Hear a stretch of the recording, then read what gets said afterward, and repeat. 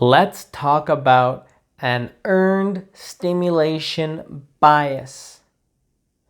I want you to have an earned stimulation bias. What the hell did I mean by this? Another way to say this is an earned dopamine hit. So much of our dopamine that we get throughout our day, or usually for many of us, all the dopamine that we get is something that has been synthesized, is something that is not natural. It's something that is artificial, something that's not really equal to the input that we put in. The amount of dopamine hits that we get for how much effort we put in is way out of whack. We can eat a very high sugar treat, donut, and all we had to do was go to the pantry, go to the cookie jar and take that cookie and then eat it. There was no effort required to get that food. Whereas way back then, as the story goes, that when we had to hunt for our food, you may not be eating today. You may eat, a couple days from now, because you have to go and hunt for your food today. You had to put that effort in. Now we don't even have to put effort to earn the dopamine that we get from our food. A little bit of a note about food real quick is that I think a lot of us do not actually understand how much dopamine we get just from our food alone. I personally did not realize how much dopamine we get from our food until I did a 25-day juice fast. And in case you're wondering and you want to go into that, it's the John Rose Solid Food Vacation Juice Fasting Protocol, where people are fasting for up to 90 to 120 days. It's crazy stuff. But anyways, somehow I got into that and I did the whole thing, and I fasted for 25 days just drinking nothing but strained juice. And one of the biggest things I've noticed is just how much emotional satisfaction we get, how much we use food as an outlet for our daily amount of stimulation, and just how much we rely on food to feel good. And I think after that, I was completely changed, because it completely changed my relationship to food altogether, where I no longer today eat food for a dopamine hit. I just eat my food for the nutrition.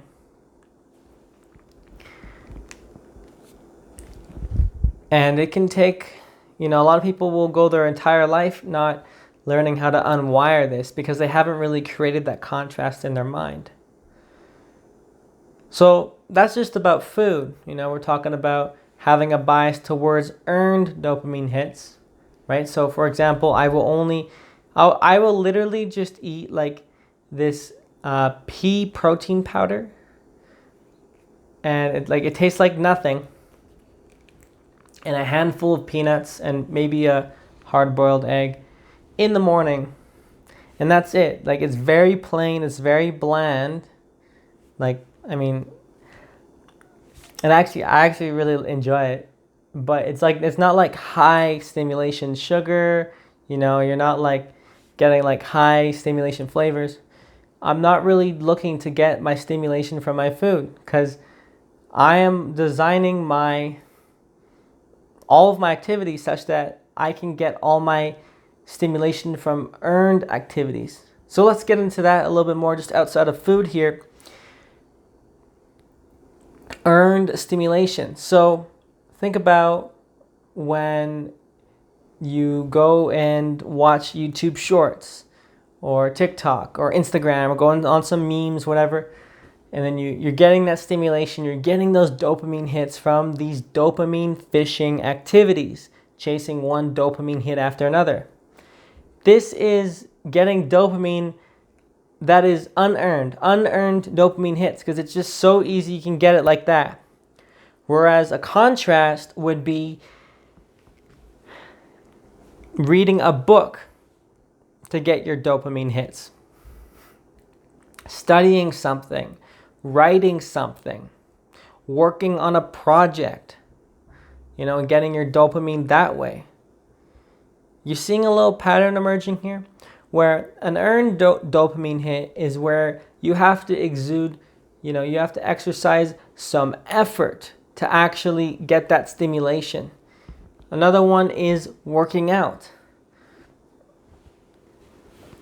Working out, just, so you can earn that state of consciousness, you can earn that moment where actually, working out does a whole lot of good shit for you. But my point is that that's another example of earning your dopamine, right? You have to first put in the work.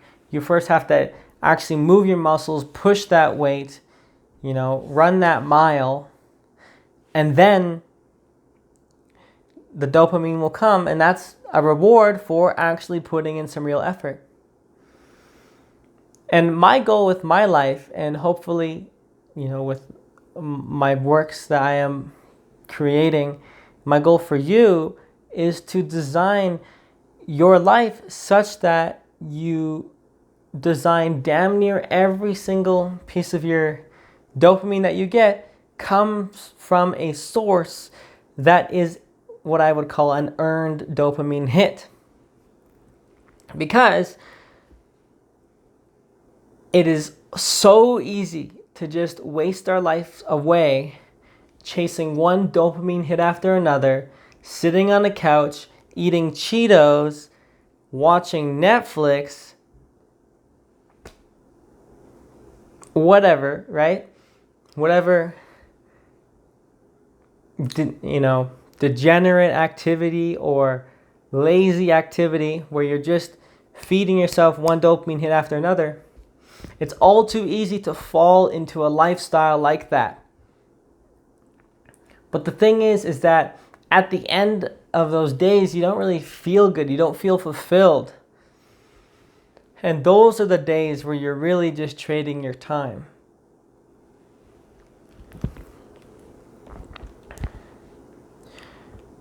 I've noticed that, from an individual like myself, I have lived through this where I realized that the natural end of being addicted to all these dopamine sources, the natural end is to just finally get your life on track and to bite the bullet and actually work on things that are going to build you. Reading books, creating something, writing, mastering, working on mastering your craft, whatever it is.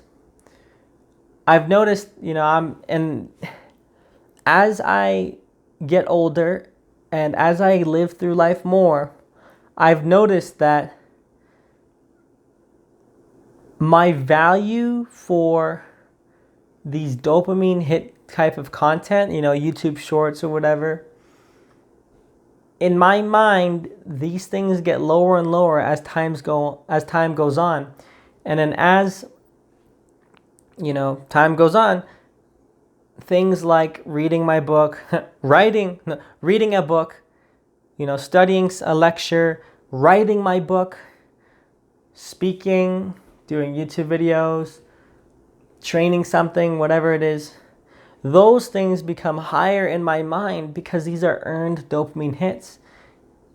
And what I've noticed is that every time I do an activity that is a proper earned dopamine hit, I will actually feel way better overall, as opposed to, having a session binging on TikTok or YouTube shorts or whatever. And it's got to a point where I've actually become conscious that, opening that book is just way better. But that is something that has to be trained. To actually become conscious that you feel better having that healthy food option rather than going for the instant hit of sweets. This is raising your consciousness.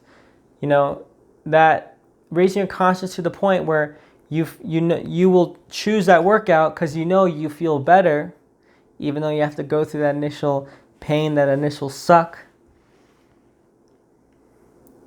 And you learn to have a more mature appreciation for the things that give you life. And as I mature, I start to really raise my consciousness to the point where I start to see the illusion of these dopamine fishing activities, and I realize that they are shallow and they don't actually produce a net positive result. And this is something you really have to train your mind. You have to train your mind to realize that unearned dopamine sources do not have a net positive result. And the trick here and the kicker is that the things that are unearned sources of dopamine are things that will give you that instant stimulation right now. But as far as a net, the things that are going to give you the most happiness and the most fulfillment and contentment are the earned sources of dopamine. So the goal here especially with my life, and I hope you can aspire to have this ambition as well. The goal is to actually see on the surface a shallow, unearned dopamine source, and you can see it for what it is, and you can just naturally, easily choose the earned dopamine source because you know that you will feel better as a net positive. And the way that helps me to really make the right decision is to consider the net impact of that decision. So when I look at, the decision of, so this takes mindfulness because you have to stop yourself and think about, what am I doing? And when I think about the decision of just playing on my phone, looking at whatever fucking app, YouTube, TikTok, Instagram, whatever it is for you, Snapchat, whatever, seeing that activity and then seeing what the consequences of the activity is, and then comparing that with an activity of an earned dopamine source like opening a book, reading for 25 minutes, and then how you feel after, maybe taking some notes. And then you compare the two. And with every activity, I want you to think in this manner. And if you can actually train your mind to think in this manner, where you are comparing all these activities, I can assure you, you will have a much better time making the correct choice. But you have to have the courage to have that integrity, because your natural, animalistic brain is just going to go for that next hit of dopamine. And so you have to use the upper motor functioning, your prefrontal cortex, to actually make that decision to do the activities that are going to be a net positive, but you're going to have to bite the bullet of, it not being as exciting, as punchy, and, where it takes a while for you to actually get that momentum. But you know what? Don't be down on yourself if you can't make this switch right away. This is probably going to be a multi-year long process if you were as addicted as I was to all of these sources of stimulation, quick, easy, unearned sources of dopamine. And what I've noticed is that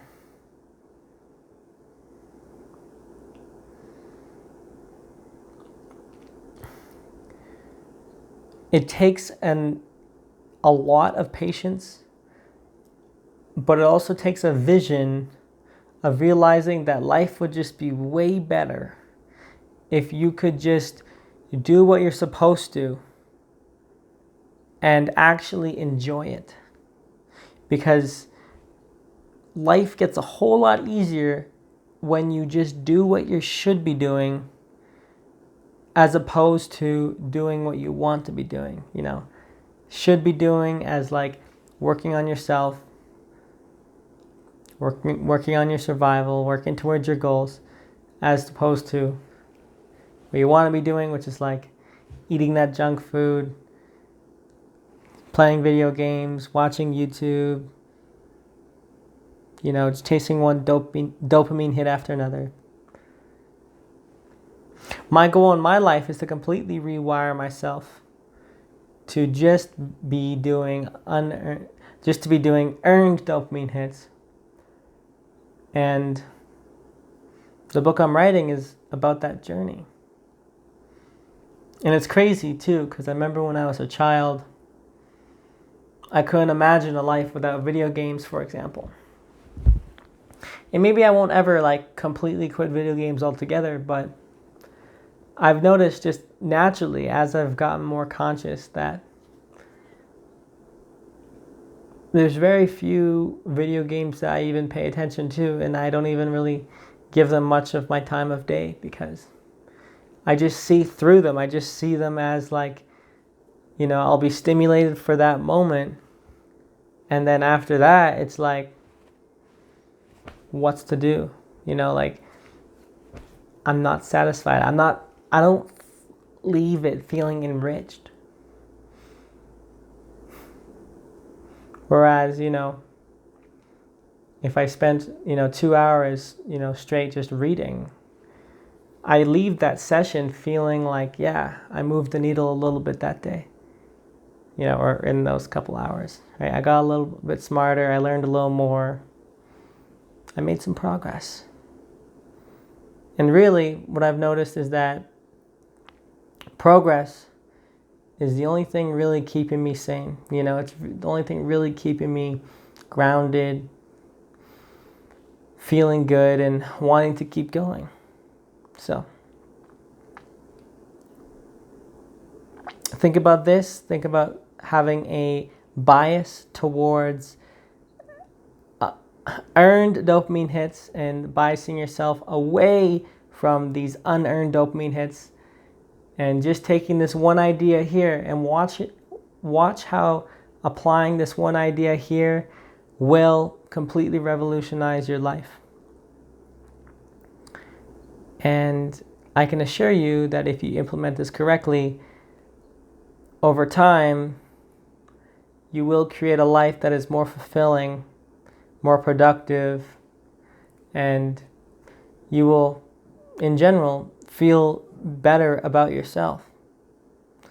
So with that, I'd like to thank you for watching, and I will see you in the next one.